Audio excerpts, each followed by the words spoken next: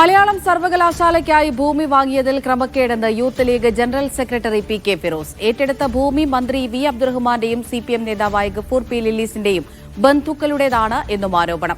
വില കുറഞ്ഞ ഭൂമി ഉണ്ടായിരിക്കെ ഉയർന്ന വിലയ്ക്കാണ് 11 ഏക്കർ വാങ്ങിയത്. സിആർഇസെഡ് ഭൂമിയാണെന്ന് വിദഗ്ധ സമിതി പറഞ്ഞതിനാൽ നിർമ്മാണം നടക്കുന്നില്ല. സർക്കാരിന് നഷ്ടമുണ്ടാക്കിയതിൽ അന്നത്തെ ഉന്നത വിദ്യാഭ്യാസ മന്ത്രി കെ ടി ജലീലിന് പങ്കുണ്ടെന്നും ഫിറോസ് ആരോപിച്ചു. നഷ്ടമുണ്ടാക്കിയ പണം കെ ടി ജലീലിൽ നിന്ന് തിരികെ വാങ്ങണം. ഭൂമി ഇടപാടിൽ ജലീൽ നേരിട്ടിടപെട്ടതിന്റെ തെളിവുകൾ പുറത്തുവിടുമെന്നും പി കെ ഫിറോസ് പറഞ്ഞു. ഭൂമി ഏറ്റെടുക്കുന്ന സമയത്ത് ഇവിടുത്തെ ന്യായവില എത്രയാണ് എന്ന് ചോദിച്ചപ്പോൾ റോഡിനോട് ചേർന്ന സ്ഥലം 40,000, പിറകോട്ട് പോകും തോറും ഏറ്റവും ചുരുങ്ങിയത് അവസാനം വരുന്നത് 2,000 രൂപ. ഈ ഭൂമിയാണ് ഇങ്ങനെ കൊള്ള വിലക്ക് 1,60,000 രൂപക്ക് ശ്രീ കെ ടി ജലീലിന്റെ താൽപര്യപ്രകാരം സംസ്ഥാന സർക്കാർ ഏറ്റെടുത്തത്. 2019 കേരളത്തിന്റെ മുഖ്യമന്ത്രി ശ്രീ പിണറായി വിജയൻ ഓൺലൈനിലൂടെ തറക്കല്ലിട്ട സ്ഥലം 6 വർഷമായിട്ട് ഇന്നുവരെ ഒരു കല്ല് പോലും ഈ സ്ഥലത്ത് വെച്ചിട്ടില്ല, വെക്കാൻ കഴിയില്ല. എന്താ കാര്യം? ഇതിന് പരിസ്ഥിതി അനുമതി കിട്ടില്ല. സർക്കാർ ചെലവഴിച്ച 17,65,00,000 രൂപ ശ്രീ കെ ടി ജലീലിൽ നിന്ന് ഈടാക്കാൻ സംസ്ഥാന സർക്കാർ തയ്യാറാകണം. കാരണം ഈ ഭൂമി ഉപയോഗശൂന്യമാണ് എന്ന് കണ്ടെത്തിയിരിക്കുന്നു. ഈ ഭൂമി വേണമെങ്കിൽ ജലീൽ ഏറ്റെടുത്തോട്ടെ.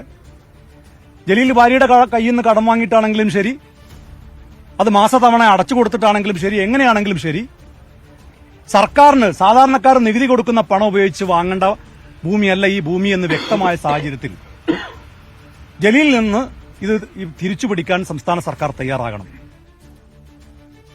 യൂനുസ് അഹമ്മദ് വിവരങ്ങൾ നൽകാനായി ചേരുന്നുണ്ട്. യൂനുസ്, എന്താണ് ഫിറോസ് പറയുന്നത്? ഈ ഭൂമി ഇത് ഏത് ഭൂമിയെക്കുറിച്ചാണ് അദ്ദേഹം സൂചിപ്പിച്ചത്?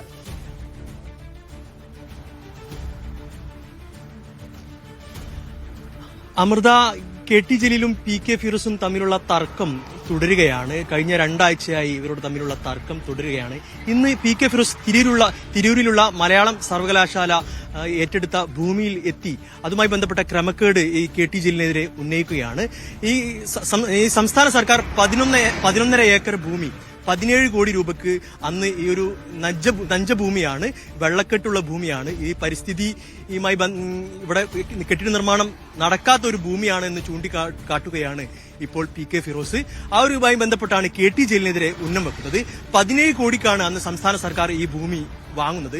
കാരണം ഈ 11.5 ഏക്കർ ഭൂമിയുണ്ട്. ഇത് സിപിഎം അനുഭാവികളിൽ നിന്ന്, പ്രത്യേകിച്ച് ഈ ഇന്നത്തെ മന്ത്രിയായ ന്യൂനപക്ഷ മന്ത്രിയായ വി അബ്ദുറഹ്മാന്റെ സഹോദരന്മാരുടെ അടക്കമുള്ളവരുടെ ഭൂമിയാണ്.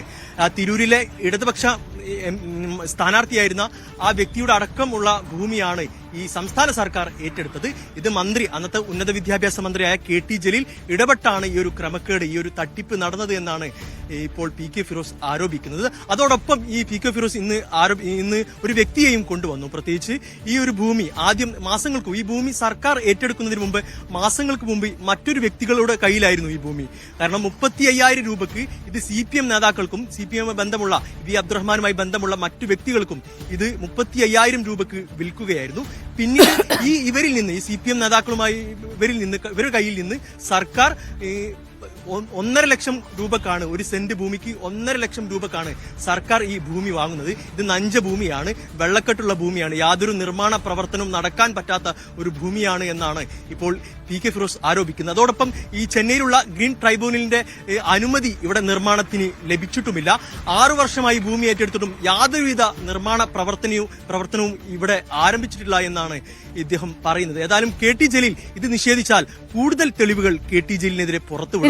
വില കുറഞ്ഞ ഭൂമി ഉണ്ടായിരിക്കെ ഉയർന്ന വിലയ്ക്ക് 11 ഏക്കർ വാങ്ങി എന്നൊക്കെയാണല്ലോ ഫിറോസ് പറയുന്നത്. യൂനുസ്, ഇതൊക്കെ തെളിവുകളുടെ അടിസ്ഥാനത്തിൽ തന്നെ, തെളിവുകൾ പുറത്തുവിട്ട് തന്നെയാണോ അദ്ദേഹം പറയുന്നത്?